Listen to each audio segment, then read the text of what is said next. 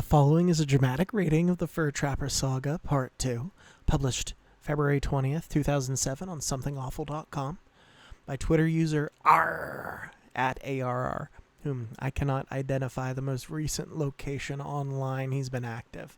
If you enjoy the content, please support the original author in however you know how, if you can find him or whatever. I couldn't. I'm a reader, not the author of this content. So once again, please support the original author if possible. Thank you. Herein lies the promise of J.F. Swanton.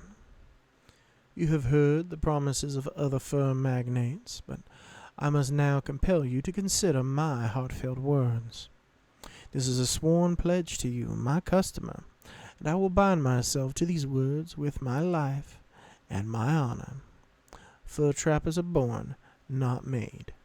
The science of fur trapping cannot be learned with practice, experience, nor scholarly pursuit. The true fur trapper is born with a mouthful of blood and hair. I was born in a hollow log and reared at the sour teat of a wild boar. As soon as my legs could bear my weight, I slew the bristly beast that mothered me and bit the skin from its body with my scarce infant teeth. Even to this day, I use the jawbone of this animal to kill any beast or man who looks me in the eyes. I have entered the fur trade for two reasons only.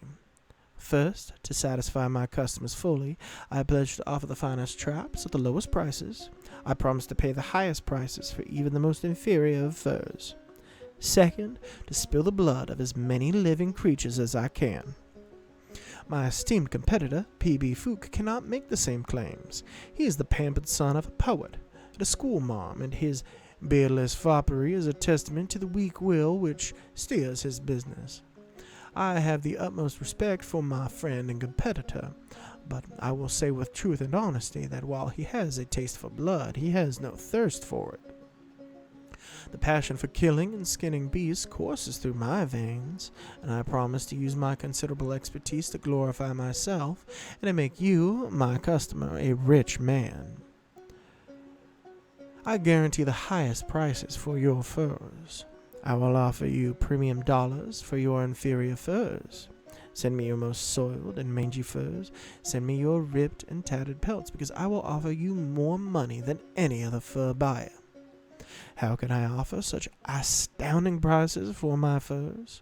Unlike my dear friend and rival, P.B. Fook, it pains me to even call him my competitor, so close is he to my heart. I sell my furs to only the most evil and nefarious buyers. My buyers have been cast aside by polite society, and no reputable businessman in America would dare to trade with their ilk. Swanton minks form the flowing souls of America's prostitutes. Swanton elk hides are stitched together to create the garments of the nation's most violent pirates. I am proud to report that I sell more furs to scoundrels, rapists, murderers, thieves, and perverts than any other fur company in the world. Whether you hand me the finest beaver pelt or a barely identifiable hunk of gristle, I will offer you top dollar for your kill. In fact, do not hesitate to hand me pelts which most fur traders would have more reservations in accepting, such as the furs of house cats and the scalps of women. I will take them without question, and protect the anonymity of our dealings from all inquiring lawmen. I trade in inhumane products. My traps are the cruelest traps known to man. I spare no expense in the development of my traps, and I put my full faith in the lethal abilities of my product. My whack-a-mole eye-bleed trap can kill an elk more slowly than any other trap in the world, and I stake my reputation on the claim that the elk will be fully lucid and conscious of his plight until the very second he expires. The Carolina razor-flame trap can prolong the death of a boar for up to 16 days.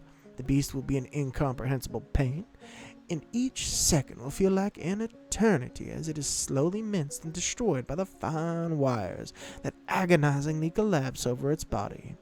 And yet its fur remains intact, I offer you these traps at unprecedented discounts. Though I make no profit from their sale, the satisfaction I gain from the deaths of each of these animals is payment enough for me. I employ only the weak and infirm. I trust no man with the operation of my business, and I will never name a successor. You have only my lifetime to deal with me, for when I am dead I shall take my business to my grave. I make every decision and mastermind every business policy. I hire only orphan children, idiots, old men, cripples, and men driven mad by syphilis. I pay these creatures a mere pittance, and many men have collapsed from overwork under my watchful eye. I pass these considerable monetary savings to you, my customer.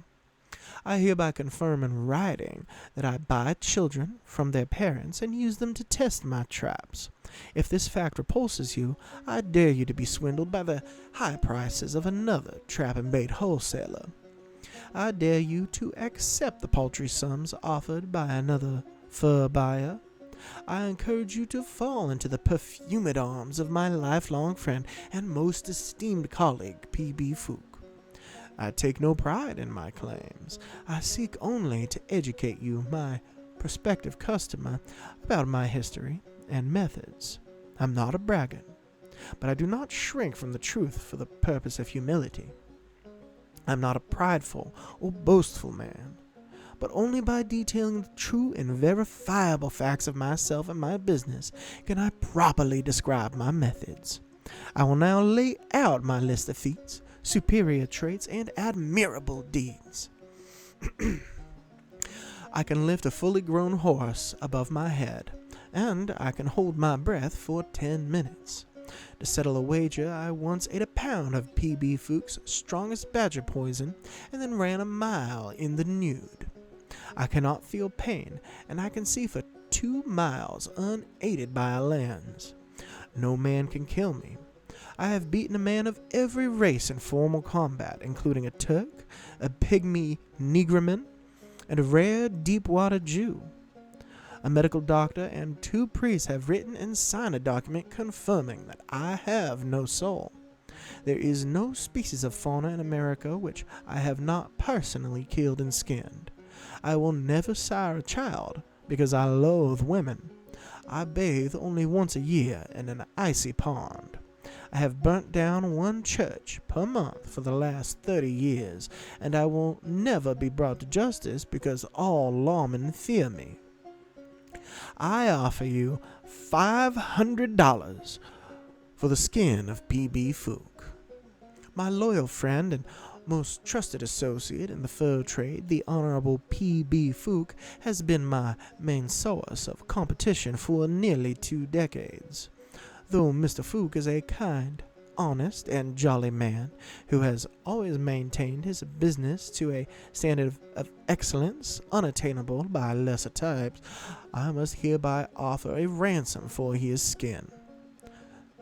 I will take no delight in the death of my great friend, but I am eager to take over his considerable fur empire and rule his inferior employees under the fresh rending sting of my bullwhip. Happy hunting, dear customers. Your deals will be painless, unlike my traps. I certify with my signature that the entire content of this letter is sworn and true. Although I do not deny that I am an evil man to my core, I am no liar, and I would never cheat a customer. Yours, with high regard and gay spirits, J.F. Swanton, President of Swanton Furs. Thank you all very much for watching the video, or listening if you just threw it on in the background. If you like the new documentary-like style, please let me know with a reply down in the comments section below the video.